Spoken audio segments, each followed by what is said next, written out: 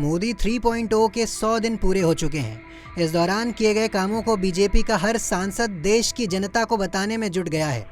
गुजरात के गांधीनगर में आयोजित वैश्विक नवीकरणीय ऊर्जा निवेशक बैठक एवं प्रदर्शनी यानी री इन्वेस्ट 2024 के चौथे एडिशन में देश के प्रधानमंत्री ने भी 100 दिनों के काम की चर्चा के साथ साथ अगले 1000 साल के प्लान के बारे में भी देश को बताया। इससे पहले देश के प्रधानमंत्री नरेंद्र मोदी साल 2047 तक देश को विकसित करने की चर्चा कर चुके हैं। आइए आपको बताते हैं कि आखिर उन्होंने री इन्वेस्ट 2024 के कार्यक्रम के लिए किस तरह की जानकारी देश को दी है।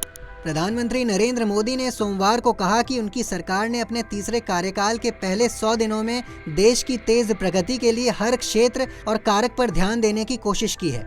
उन्होंने गांधीनगर में वैश्विक नवीकरणीय ऊर्जा निवेशक बैठक एवं प्रदर्शनी यानी री इन्वेस्ट 2024 के चौथे संस्करण को संबोधित करते हुए कहा कि न केवल देशवासियों बल्कि पूरी दुनिया को लगता है कि भारत 21वीं सदी के लिए सबसे अच्छी जगह है। प्रधानमंत्री ने कहा कि पहले 100 दिनों में केंद्र सरकार के तीसरे कार्यकाल में आप हमारी प्राथमिकताओं, गति और पैमाने को देख सकते हैं।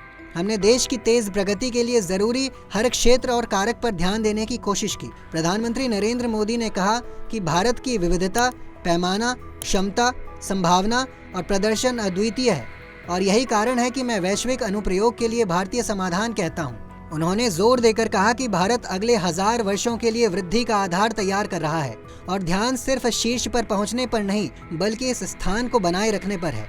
उन्होंने री इन्वेस्ट 2024 में कहा कि हमारे लिए हरित भविष्य और शुद्ध शून्य उत्सर्जन केवल दिखावटी शब्द नहीं है, ये देश की ज़रूरतें हैं और हम इसे हासिल करने के लिए प्रतिबद्ध हैं। सरकार अयोध्या और 16 अन्य शहरों को मॉडल सोलर सिटी के रूप में विकसित करने के लिए काम कर रही है। प्रधानमंत्री नरेंद्र मोदी ने कहा कि 140 करोड़ भारतीयों ने देश को दुनिया की तीसरी सबसे बड़ी अर्थव्यवस्था बनाने का संकल्प लिया है।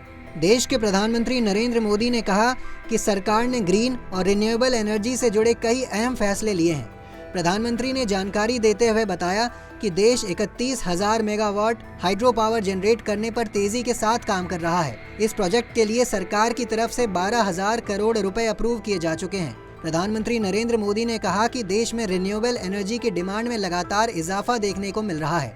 सरकार इस पर पॉलिसी तैयार कर रही है ताकि पूरे देश में ग्रीन एनर्जी को सप्लाई किया जा सके, साथ ही साथ दुनिया के बाकी हिस्सों में भी एक्सपोर्ट किया जा सके।